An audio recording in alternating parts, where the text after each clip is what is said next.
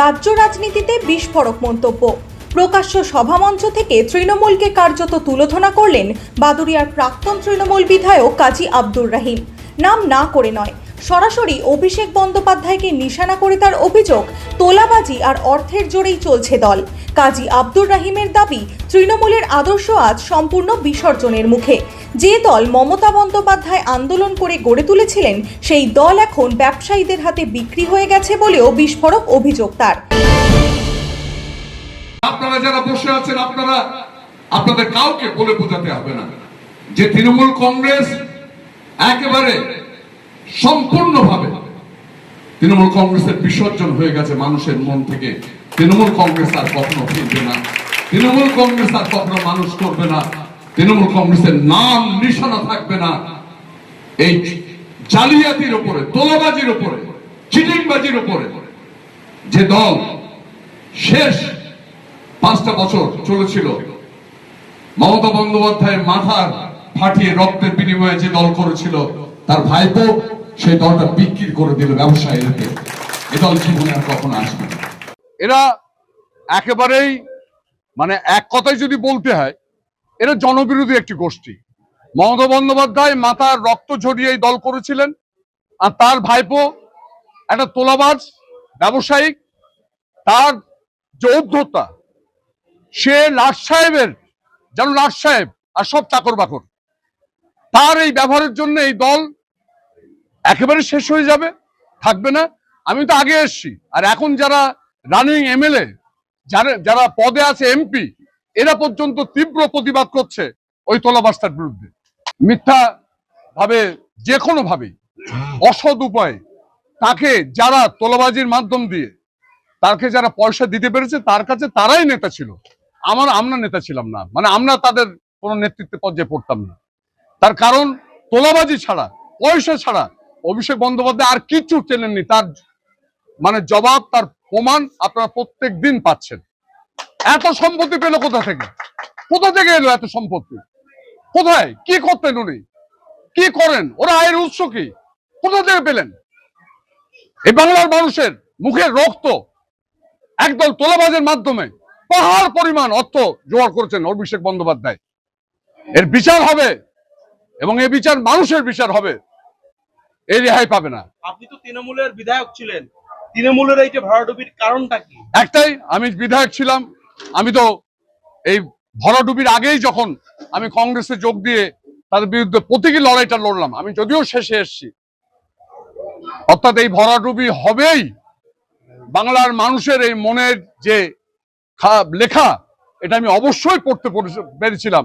তার কারণ আমি তৃণমূল দলে এমএলএ হওয়ার পরে 23 সালের পর যে অত্যাচার, যে ভাবে পঞ্চায়েতকে দখল, লুট, তোলাবাজি, টিকিট বিক্রি, সার্টিফিকেট কেড়ে নেওয়া এবং মানুষের অধিকার, কথা বলার অধিকার কেড়ে নেওয়া, সেদিন থেকে আমি বুঝেছিলাম যে দল থাকবে না। এই ভাইপোর নেতৃত্বে এ দল উঠে যাবেই। সেদিন আমি সিদ্ধান্ত, আমি একজন বিধায়ক পশ্চিমবঙ্গের, যার বিধানসভায় তার নিজের কেন্দ্রে যেখানে বুথে ভোট দেয়, সেই পঞ্চায়েতের আসনটাও তাকে দেওয়া হয়নি। কেন? এ বলার অপেক্ষা রাখে? আমাকে কেন আমাকে একটাও টিকিট দেওয়া হয়নি, তখন আমি টিকিটের বিনিময়ে পয়সা দিতে পারবো না। সেই জন্য পরিষ্কার, এ তো দিনের আলম তো পরিষ্কার। আমি কেন? পশ্চিমবঙ্গ সবাই বলবে, সব নেতারাই বলবে। এখানেই শেষ নয়, প্রাক্তন বিধায়কের অভিযোগ, পঞ্চায়েত ভোটে ছাপ্পা, টিকিট বিক্রি, তোলাবাজি, মানুষের গণতান্ত্রিক অধিকার কেড়ে নেওয়া, সবই তিনি নিজের চোখে দেখেছেন। এমনকি টিকিটের জন্য টাকা না দেওয়ায় তার বুথেও প্রার্থী করা হয়নি বলেও অভিযোগ করেন তিনি। অভিষেক বন্দ্যোপাধ্যায়ের সম্পত্তি নিয়েও প্রশ্ন তোলেন কাজী আব্দুর রহিম। তার কটাক্ষ, অর্থ আর প্রভাব ছাড়া কিছু বোঝেন না অভিষেক।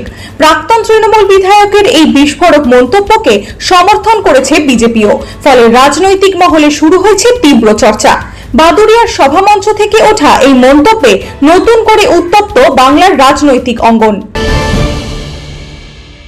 দেখুন, আব্দুল রহিম দিলুজা যে কথাটা বলছেন, একদম কিন্তু সত্যি কথা। কেননা টিএমসির অভ্যন্তরীণ যে বিষয়গুলো উনিই জানতেন, আমরা তো বলতে পারবো না, যেহেতু উনি বিগত 5 বছর টিএমসির বিধায়ক ছিলেন। এবং উনি জানেন যে কাটমানিগুলো ওঠে, বালি, কয়লা, গরু, এভরিথিং সব কিছুতেই কাটমানি কাটমানি কাটমানি। যে কোনো কাজ করলে কাটমানি ছাড়া চলে না। জমির থেকেও কাটমানি উঠতো, সেই কাটমানির কিন্তু 70% 80% কালীঘাটে যেত কার কাছে? অভিষেক ব্যানার্জির কাছে। সে যেহেতু কার হাত ধরে? বাদুড়িয়াতে অনেক মোটা মোটা নেতা আছে, নাম করব না, অনেক মোটা মোটা নেতা আছে, তাদের হাত ধরে চলে যেত।